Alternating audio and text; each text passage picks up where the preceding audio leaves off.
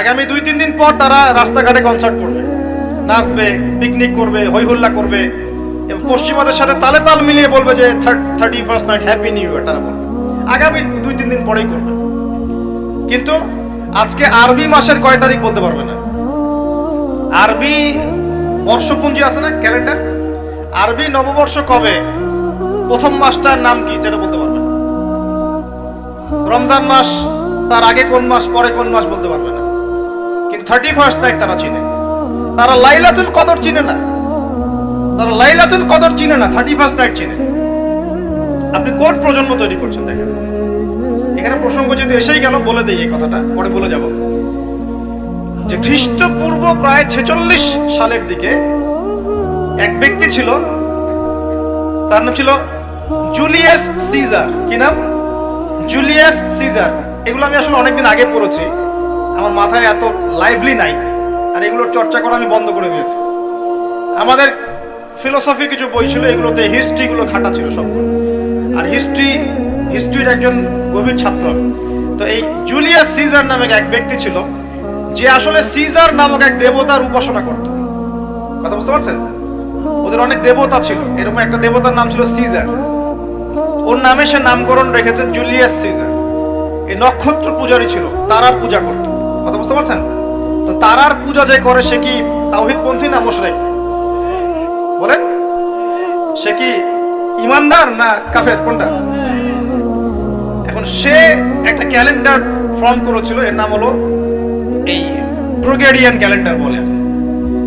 এখানে প্রথম বর্ষ যেটা, এই প্রথম বর্ষতে উৎসব পালন করা শুরু করেছে এই জুলিয়াস সিজার নামক এই ব্যক্তি প্রথম, এবং সে সমাজ এটা চালু করে দিয়েছে।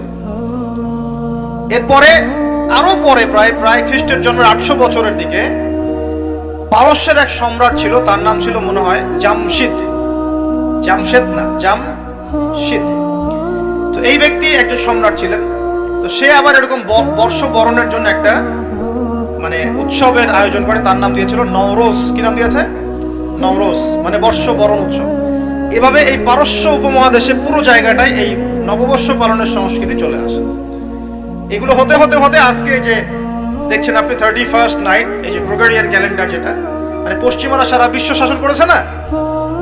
যখন ব্রিটেন সারা বিশ্বকে শাসন করছিল, আমাদের এখানে ওদের দখল ছিল না। পলাশির যুদ্ধের হিস্ট্রি জানেন না? কত বছর এখানে শাসন করেছে? প্রায় 200 বছর এরা এখানে শাসন করে নাই। নবাব সিরাজউদ্দৌলার পতনের পর থেকে প্রায় 200 বছর এই ভারতীয় উপমহাদেশ তারা শাসন করেছে না। এখানে এই গ্রেগরিয়ান ক্যালেন্ডার ছড়িয়ে দেওয়া হয়েছে। এখন আমরা এই যে 31st নাইটের উৎসবটা পালন করছি, শুরু করছি। এটা কি আমাদের উৎসব? এটা কি মুসলমানদের? কাদের হলো তাহলে? পশ্চিমাদের, রোমকদের, পশ্চিমাদের, যাদের সাথে ইসলামের দূর দূর পর্যন্ত কোনো সম্পর্ক নেই। আর নবী সাল্লাল্লাহু আলাইহি ওয়াসাল্লাম কি বলছেন শুনেন। আল্লাহ নবী বলছেন তোমাদের জন্য আনন্দের উৎসব দুইটা। কয়টা? একটা ঈদুল ফিতর, রমজান মাসে সওম সাধনার পরে, কিয়ামুল লাইলের পরে, তারাবির পরে, তাহাজ্জুদের পরে, কোরআন খতম দেওয়ার পরে, যাকাত ফিতরা দেওয়ার পরে, ত্যাগের এই মাসের পর আমরা একটা আনন্দ করি, ঈদুল ফিতর। করি কি না? সবাই আনন্দ ভাগাভাগি করে নেই, আলহামদুলিল্লাহ। ওই দিন আল্লাহ পাক কি করেন? আল্লাহ পাক রমজানের রোজাদার যারা ছিলেন সবাইকে মাফ করে দেন, আলহামদুলিল্লাহ। মুক্তি পাই আমরা, নাজাত পেয়ে যাই। উৎসব এটা আমাদের, খুশি আমাদের। আরেকটা হচ্ছে ঈদুল আজহা, যখন ওই যে ইসমাইল আলাইহিস সালামকে যে কুরবানি করার মহান স্মৃতি, সেই স্মৃতিকে স্মরণ করে আমরা ইব্রাহিমী চেতনায় আবার কি করি? ঈদুল আজহার এই পশু কুরবানির মধ্য দিয়ে নিজের পশুত্বকে কুরবানি দেই, আল্লাহর সামনে আমরা আত্মসমর্পণ করি। করি কিনা? এই দুইটা হচ্ছে আমাদের উৎসব। এগুলো বাদ দিয়ে নবীজি বলছেন মান তাশাব্বাহা বিকওমিন ফাহুয়া মিনহুম। কেউ যদি তোমাদের মধ্যে অন্য কোন জাতির সাদৃশ্য অবলম্বন করে, যে জাতির সাদৃশ্য অবলম্বন করবে সে তাদের অন্তর্ভুক্ত হয়ে যাবে। নাউযুবিল্লাহ। আমরা কি চাই উম্মতে মুহাম্মাদের অন্তর্ভুক্ত হতে, না ওই পশ্চিমাদের অন্তর্ভুক্ত হতে? পশ্চিমা কারা? যাদের মধ্যে ছেলে ছেলে বিয়ে করা জায়েজ। খুশি আছেন? পশ্চিমা কারা? যাদের মধ্যে ছেলে ছেলে বিয়ে জায়েজ, মেয়ে মেয়ে বিয়ে জায়েজ, পর্নোগ্রাফি সবাই করতে পারে, দেখতেও পারে, মদ পান করা জায়েজ, পরকালের কোনো কনসেপ্ট নাই ওদের, লা ইলাহা ইল্লাল্লাহ কোনো কালিমা নাই, মুহাম্মদুর রাসূলুল্লাহ তারা বিশ্বাস করে না। এমনকি তারা বলছে, কয়দিন আগে বললো মেরি ক্রিসমাস, বলেছে না? যে ব্যক্তি বলেছে মেরি ক্রিসমাস 25শে ডিসেম্বরে, সে ওই দিন স্বীকার করে নিয়েছে যে 25শে ডিসেম্বর আল্লাহ পাক ঈসা আলাইহিস সালামকে জন্ম দিয়েছেন। নাউযুবিল্লাহ। মানে বুঝতে পারছেন না? যখনই আপনি এটা পালন করেছেন তার মানে ওই দিন আপনি স্বীকার করেছেন যে ওই দিন আল্লাহ পাক ঈসা ইবনে মারিয়াম আল্লাহর পুত্র নাউজুবিল্লাহ তাকে তিনি জন্ম দিয়েছেন। এটা স্বীকার করেছেন আপনি, করছেন না? ওই সভ্যতা এর অন্তর্ভুক্ত আপনি হতে চান, ওদের সাথে হাসর করতে চান, নাকি নবী সাল্লাল্লাহু আলাইহি ওয়াসাল্লামের সাথে করতে চান? বলেন, এটা আপনাকে বেছে নিতেই হবে। আপনি মুসলমান হয়ে এটা করতে পারবেন না। ইসলাম এই নামকা ওয়াস্তে পালন করতে পারবেন না। পালন করলে পরিপূর্ণ পালন করতে হবে। উদখুলু ফিস সিলমি কাফা, তোমরা পরিপূর্ণ রূপে দিনে প্রবেশ করো। তোমরা পরিপূর্ণ রূপে দিনে প্রবেশ করো।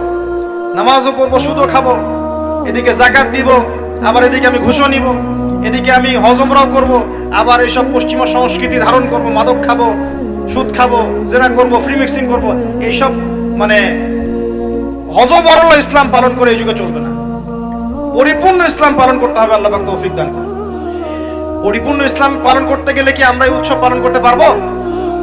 এক নাম্বার দেখালাম যেটা ওই জুলিয়াস সিজারের চালু করা এটা পদ্ধতি, নওরোজ যেটা ওই জামশিদের চালু করা পদ্ধতি। আর আমরা মুসলমান হয়ে কিভাবে আমরা অগ্নি পূজারীদের, পশ্চিমাদের এবং ইহুদি নাসারাদের সংস্কৃতি কেমন করে ফলো করতে পারি? আমার কি সম্ভব? আর নবী যখন বলে দিচ্ছেন মান তাশাব্বাহা বিকওমিন ফাহুয়া মিনহুম, যে যে জাতির সাদৃশ্য অবলম্বন করবে সে তাদের অন্তর্ভুক্ত হয়ে যাবে, তাদের সাথে হাসর হবে। আমি কি তাদের সাথে হাসর চাই, নাকি নবীর সাথে হাসর চাই? এবার আল্লাহ পাক কি বলছেন সেটাও শুনে নেন, তারপরে সামনে যাই। খুব গৌর করে শোনেন। আল্লাহ পাক সূরা মাঈদার 51 নম্বর আয়াতে বলছেন। কত নম্বর আয়াত বলেন? কোন সূরা? সূরা মাঈদার কত নম্বর আয়াত? আয়াতটা ভালো করে হজম করেন। আল্লাহ পাক বলছেন ইয়া আইয়ুহাল্লাযীনা আমানু, হে মুমিনগণ। মুমিন কারা? আমরা মুমিন না? আমরা আল্লাহয় বিশ্বাস করি না? ফেরেশতায় বিশ্বাস করি না? আসমানি কিতাবে বিশ্বাস করি না? নবী রাসূলে বিশ্বাস করি কিনা? আমরা পরকালে বিশ্বাস করি? আমরা কি ভাগ্যের ভালো মন্দ বিশ্বাস করি? আলহামদুলিল্লাহ আমরা মুমিন ইনশাআল্লাহ। বলেন আলহামদুলিল্লাহ। এই মুমিনদেরকে আল্লাহ পাক বলছেন ইয়া আইয়ুহাল্লাযীনা আমানু, হে মুমিনগণ, লা তাত্তাখিযুল ইয়াহুদা ওয়ান নাসারা আউলিয়া, তোমরা ইহুদ এবং নাসারাদেরকে বন্ধু রূপে গ্রহণ করো। বা'দুহুম আউলিয়াউ বা'দ, তারা একে অপরের বন্ধু। ওয়া মান ইয়াতাওয়াল্লাহুম মিনকুম ফাইন্নাহু মিনহুম, তোমাদের মধ্যে কেউ যদি ওদের দিকে মুখ ফিরায় সে আমাদের অন্তর্ভুক্ত না, তাদের অন্তর্ভুক্ত। ইন্নাল্লাহা লা ইয়াহদিল কওমাজ যালিমিন, আর আল্লাহ পাক এই জালেমদেরকে কখনো হেদায়েত করবেন না। মানে আমরা যদি ওদের অন্তর্ভুক্ত হয়ে যাই আমরা জালেম হয়ে যাব, আর এই জালেমদেরকে আল্লাহ পাক হেদায়েত করবেন না।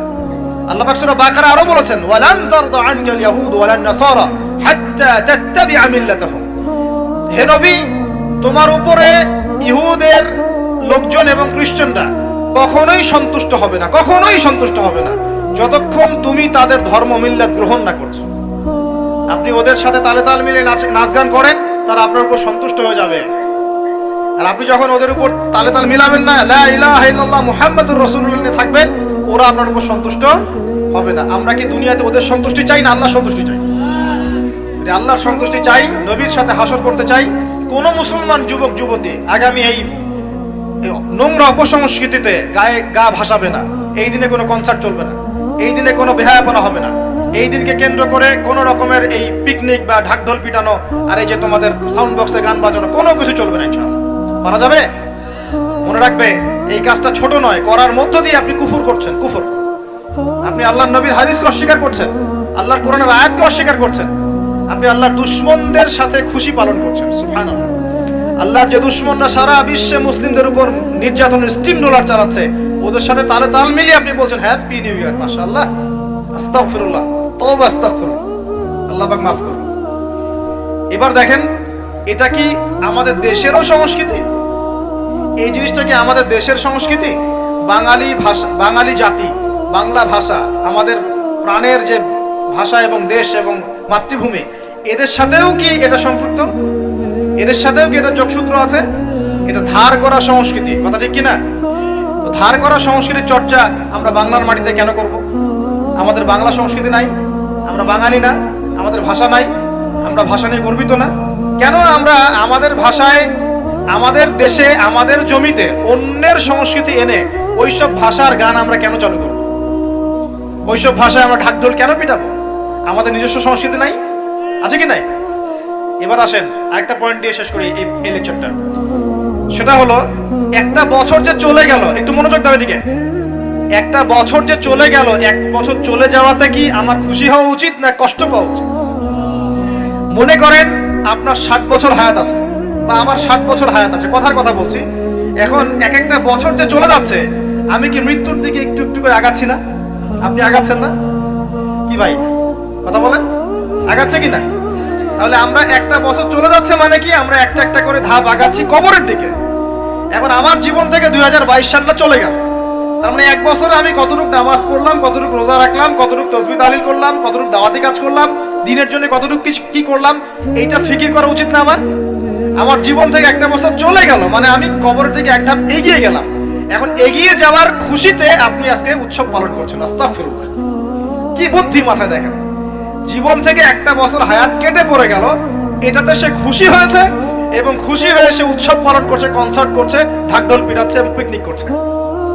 কত বুদ্ধি মাথায়। মৃত্যু কাছাকাছি আসলে মানুষ খুশি হয় না কষ্ট পায়? মৃত্যু কাছাকাছি আসলে মানুষ কি খুশি হবে নাকি আরো চিন্তা করবে, হায় আফসোস, এক বছর যদি আরো ভালো কাজ করতে পারতাম আরো ভালো হতো? কোনটা বলেন? আফসোস হবে না? অবশ্যই হবে। হ্যাঁ, তার মানে এখন আপনি যদি কিছু করতেই চান, এই 31st নাইটে যদি আপনি কিছু করতেই চান, তাহলে আমি বলবো, আমার পরামর্শ, সুন্দর করে ওযু করে আইসে আপনাকে জায়নামাজে দাঁড়াতে হবে। দাঁড়ায় 2 রাকাত নামাজ পড়ে চিন্তা করবেন, আল্লাহ এক বছর যে চলে গেল, আমি এই গত বছরে কি করলাম, দিনের জন্য কি করলাম, দুনিয়ার জন্য কি করলাম, পরিবারের জন্য কি করলাম, কতটুকু জ্ঞান অর্জন করলাম, কয়টা কোরআনের আয়াত শিখেছি এক বছরে, কয়টা হাদিস শিখলাম, কয় ওয়াক্ত নামাজ ঠিক মতো পড়লাম, রমজানের সওম রেখেছিলাম কিনা, দান সদকা করেছিলাম কিনা, সৎ কাজে আদেশ করেছিলাম কিনা, অসৎ কাজে নিষেধ করেছিলাম কিনা, এই ফিকির করতে পারেন আপনি বসে বসে। যদি করতেই হয় কিছু, তাহলে এটা করতে হবে। অন্য কিছু করার সুযোগ আছে? উচিত হবে? একই তো আমাদের দেশের সাথে এই সংস্কৃতি কোনো সম্পর্ক নাই, এটা দেশদ্রোহিতাও হচ্ছে, আবার ইসলামের সাথে এর দূরত্ব কোনো সম্পর্ক নাই, ইসলামের সাথে দ্রোহিতা করা হচ্ছে। তাহলে বলেন, আমরা যদি আল্লাহ এবং তার রাসূলের সন্তুষ্টি চাই, তাহলে আমরা কি আল্লাহ এবং তার রাসূলের শত্রুদের সংস্কৃতি গ্রহণ করতে পারি? আল্লাহ পাক আমাদের সবাইকে বোঝার তৌফিক দান করুন। প্রিয় ভাইরা, যারা এই লেকচার শুনবেন অনলাইনেও চলে যাবে ইনশাআল্লাহ, যাদের কানে এই লেকচার যাবে, যদি কিছু করতেই হয়, জায়নামাজে দাঁড়িয়ে, ওযু করে জায়নামাজে দাঁড়িয়ে 2 রাকাত নফল নামাজ পড়ে তওবা করতে পারেন আল্লাহর কাছে, আল্লাহ এক বছর চলে গেল, কি করতে পারলাম জানি না, আল্লাহ আমাকে পরের বছরটা আরো ভালো করে দিনের জন্য কাজ করার তৌফিক দান করুন। এইটুকু করা যাবে না? যদি করতে চান এতটুকু করেন, এর বাইরে কিছু করতে চান না। আল্লাহ পাক বোঝার তৌফিক দান করুন। আমিন।